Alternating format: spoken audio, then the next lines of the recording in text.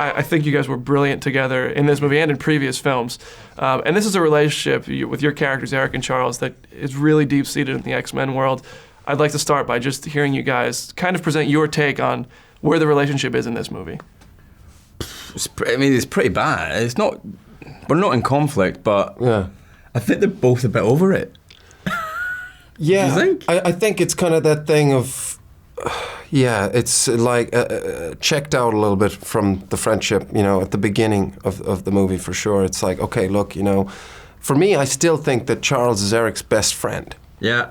And I feel, but there's a sort of weariness to the same sort of debate, and it's like, okay, you're never going to see my side of the story. I'm off doing Genosha, and I'm happy here, and this is kind of the best compromise I can come up with. I don't think Eric's the kind of guy that compromises a lot, but he's sort of settled with this idea. Okay, at least we have a state, a land that we can sort of create our own laws and rules, and we can sort of live in safety.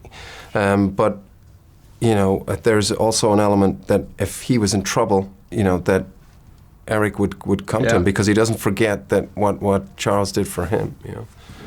They kind of, I can relate to it just age-wise as well, just being like, knowing I've got relationships that they'll always be in my life, that we care about each other, we look after each other, but I just don't have the energy for the shit we send at each other. Do you know what I mean? I just don't have. I can't be bothered. I can't be bothered. You know what I mean? But if anything was going down, we'd help each other. Exactly. And we love each other. Yeah. I think it's interesting. This is the first time I think that we see Charles almost take on a villain role, kind of.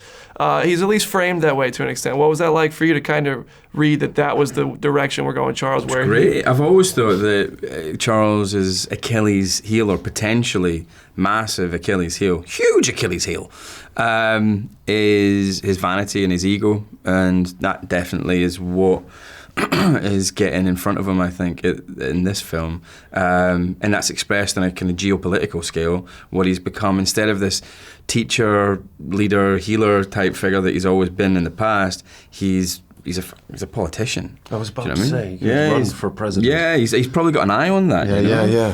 Head of the UN, something like that. He's a politician, and he's more concerned with the message than the application of that message. And it was fun. It was really good to see that actually get investigated.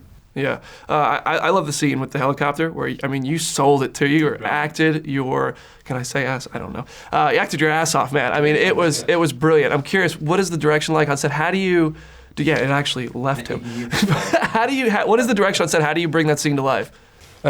Just go for it. It's like, it's a helicopter, try and move it. How does one do that? Right. Don't act it, just do it. Yeah. So, I think with a lot of these scenes, it's just about sort of full commitment and taking it to maybe its furthest point, and then, bring it back. Never bring it back. And so, just commit.